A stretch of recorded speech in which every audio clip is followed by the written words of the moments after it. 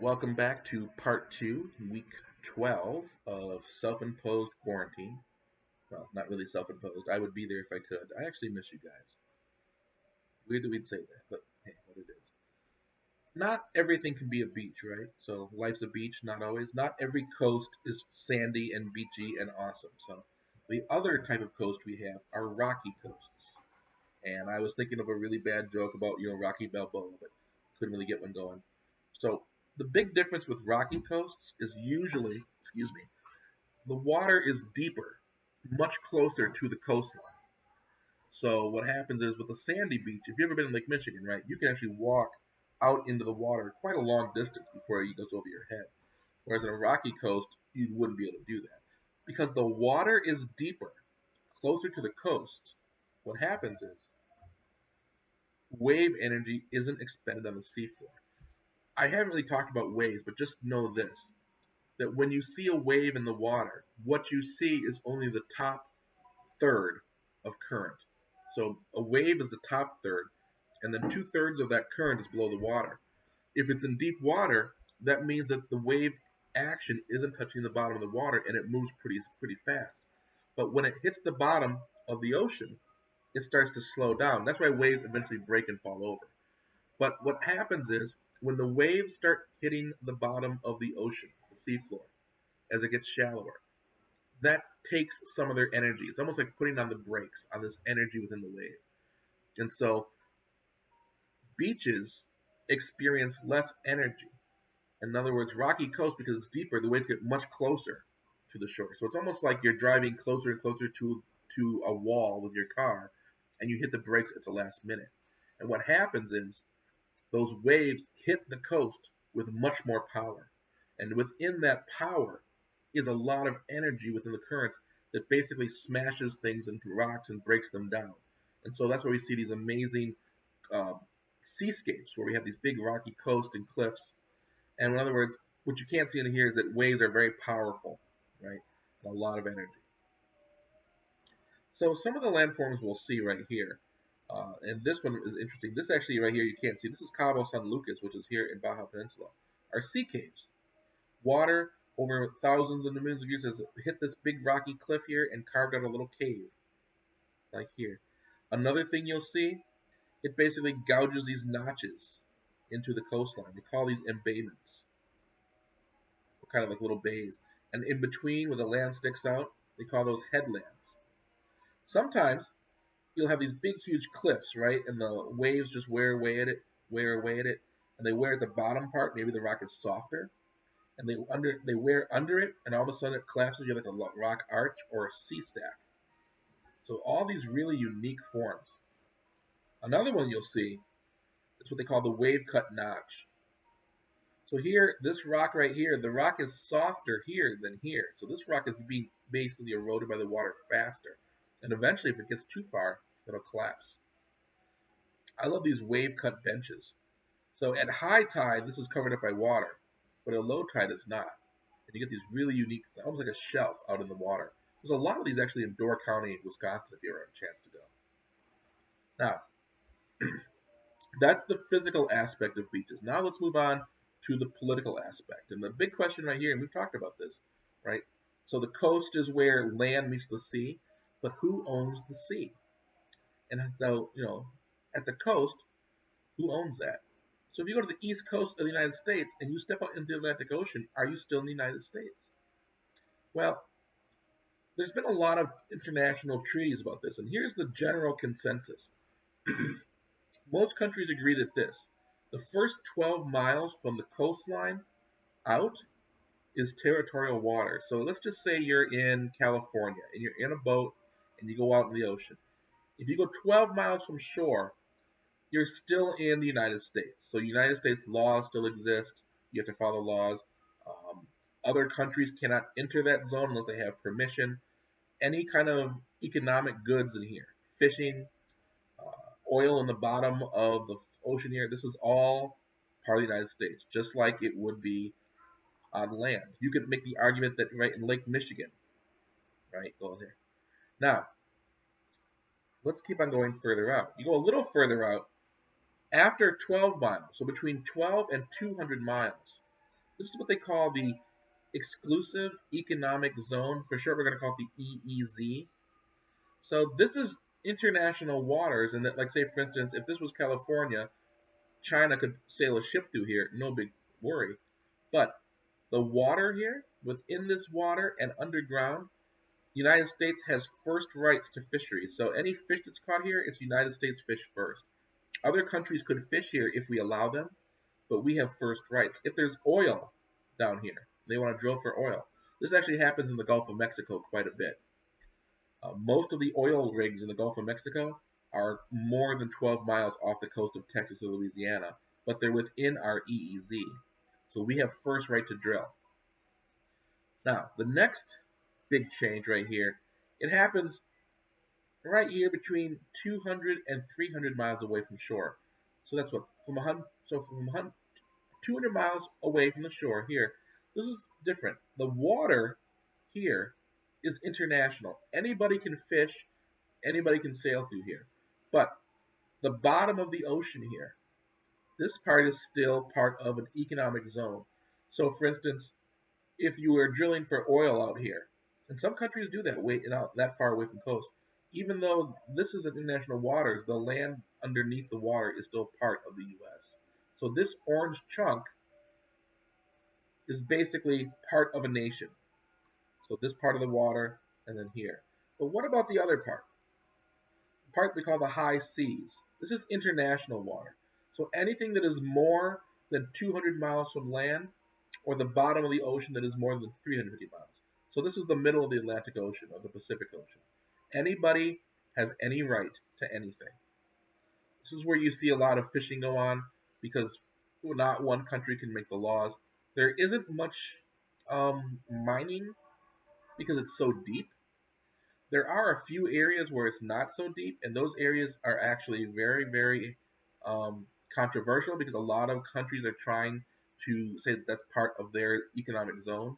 And so there's actually a huge controversy, I won't get into too much, at the North Pole because it's a very shallow area.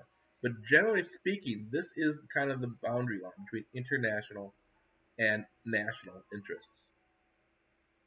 Now, we're going to focus on, probably for the last half of this, some of the economic and environmental issues of coastlines.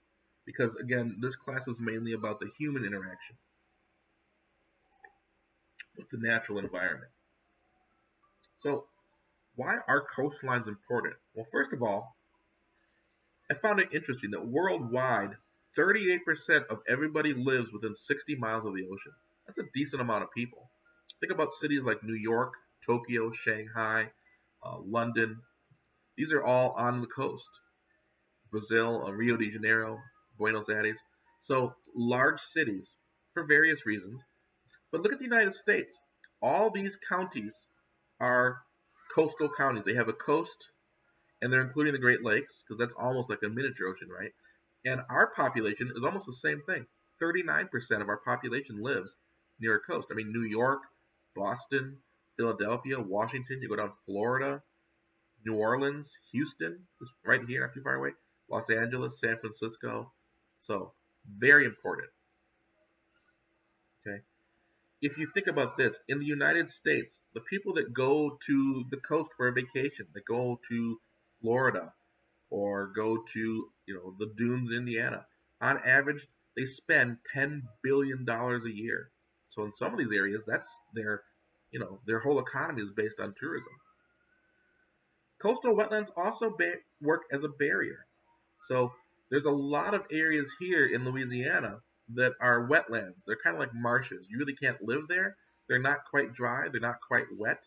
But traditionally, when hurricanes would come through, that area would flood and take the brunt of the storm surge of a hurricane, all the rain, all the flooding, and act kind of like a natural sponge. It would save the city of New Orleans from a lot of disasters. One of the reasons that Hurricane Katrina was so devastating was that, as we'll talk about, a lot of these wetlands have been damaged or lost. Okay, and then also too, around the world, these coastal shorelines, a lot of fish will actually nest and have eggs in these shorelines. Sometimes it's shallow, there's lots of plants to hide or eat, and so especially in the Pacific Ocean, where you have a lot of these islands and a lot of shoreline around these little islands. It is where basically fish populations, live. And fishing provides the main source of food for easily 1/3 of the world's population. And then the last thing is mineral extraction. Right here in the Gulf of Mexico, underneath me here, there is a ton of oil rigs. We get a lot of natural gas and oil right here, and that's around the world. So that's a huge source of energy and natural resources for us. I found this map kind of interesting. So this just shows you the population as a percent live within 100 kilometers, which is again 60 miles. So think about Greenland. We talked about Greenland. The middle is a glacier. No one lives there. Almost the entire population lives on the coast. In some countries like Norway or Australia or Indonesia, almost more than 70% of the population lives on the coast. And our country is still a pretty good amount. Now, what these colors show you right here, and it's kind of hard, I wish I could turn my little video on and off for you, is shoreline degradation. In other words, how many issues are they having with environmental impacts? And the darker the red, the more there is. And so it's no surprise that most of our coasts are under severe issues. Been a lot of human changes. Okay. And you can see that there's areas that are not and areas that are. But generally speaking, the heavier populated areas have a lot more issues. And one of the biggest ones is habitat loss. Okay. And pollution. So habitat loss is, say there is a marsh or a swampy wetland area that's not quite wet, not quite dry near a big city. And as they grow, they fill it in or drain it and build factories or houses. And that's good for us. But a lot of animals live in marshes and need that. So that's a huge issue. One of the things that happens, why do animals go extinct? And I've mentioned this before, a lot of animals go extinct because they lose their habitat and they're unable to adapt. Another big issue is pollution, right? Water gets dumped into it. I was in Mexico maybe 10 years ago. Went to Acapulco, which is known as being a famous beach resort town on the Pacific Ocean. And they were known throughout, up until recently, as you go swimming there on these beautiful sand beaches. But they didn't have the best system for sewage treatment. And so the water is so polluted that they actually have warnings about going in. If you go in, take a shower right away. So pollution is a huge issue. And where does that pollution come from? Obviously us, human waste. That's a big part of it. Not just, natural human waste like, from the toilet, but also our garbage, our filth. Fertilizer. As I'm going to show you in a little bit, fertilizer is good on the field, but doesn't always work out in the ocean. Industrial waste, a lot of factories, just as they use sky or smokestacks to dump their waste in the air, use rivers, lakes, and ponds to dump their waste in the water. And then litter. And one thing we probably have all talked about or heard about lately is all the plastic in the ocean. So let's talk about habitat loss. And I'm going to use San Francisco as a really good example. San Francisco Bay, huge area, used to be a lot of wetlands like this. So you have seagrass, it's kind of shallow. It's a great habitat for birds like cranes and fish and frogs and tadpoles. And it was a huge wetland. But as people moved in, they filled them in. You can see here that all the areas in pink, so sorry, but I had to pause for a moment, I'm back. San Francisco Bay, since the 1850s, all this area in pink has been filled in for various uses, either for fields or for cities.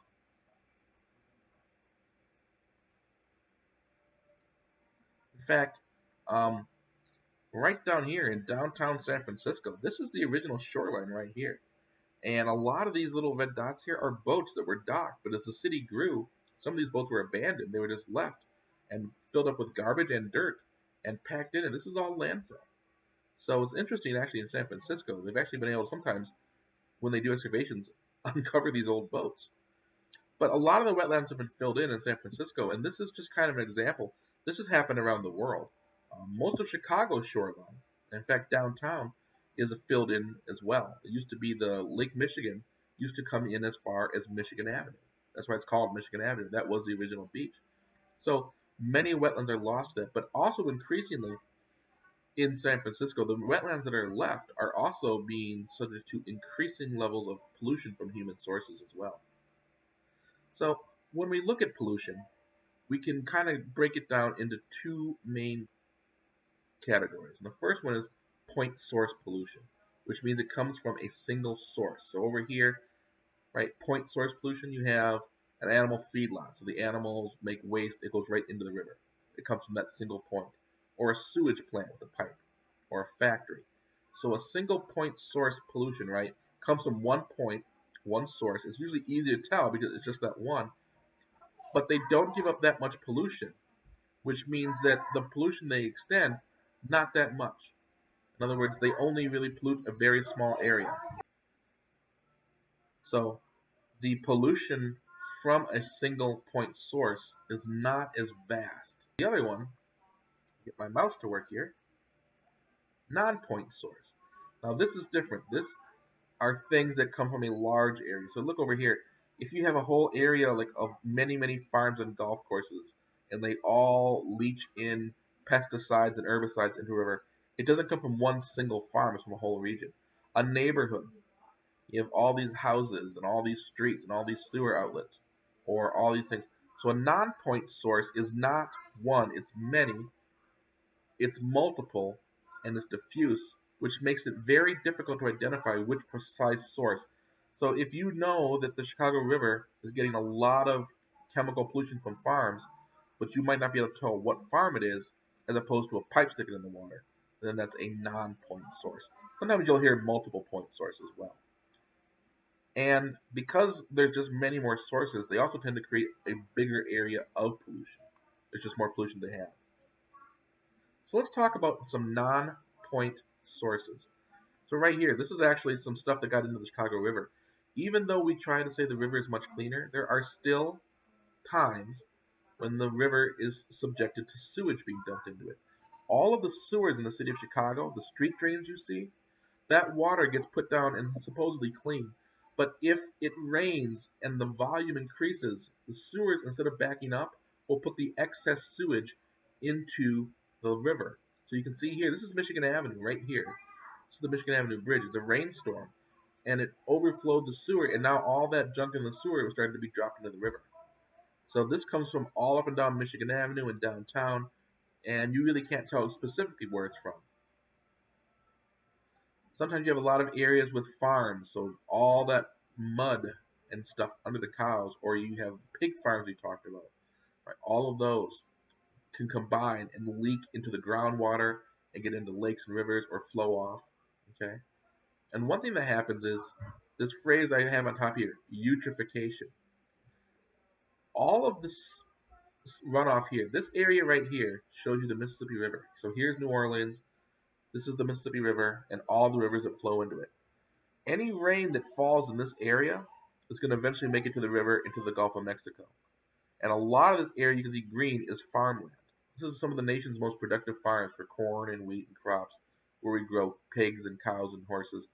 And one thing that happens is, after it rains, all the stuff in the fields gets washed into the river. And it all ends up being dumped into the Gulf of Mexico right here. And one of the things that happens is this thing called eutrophication.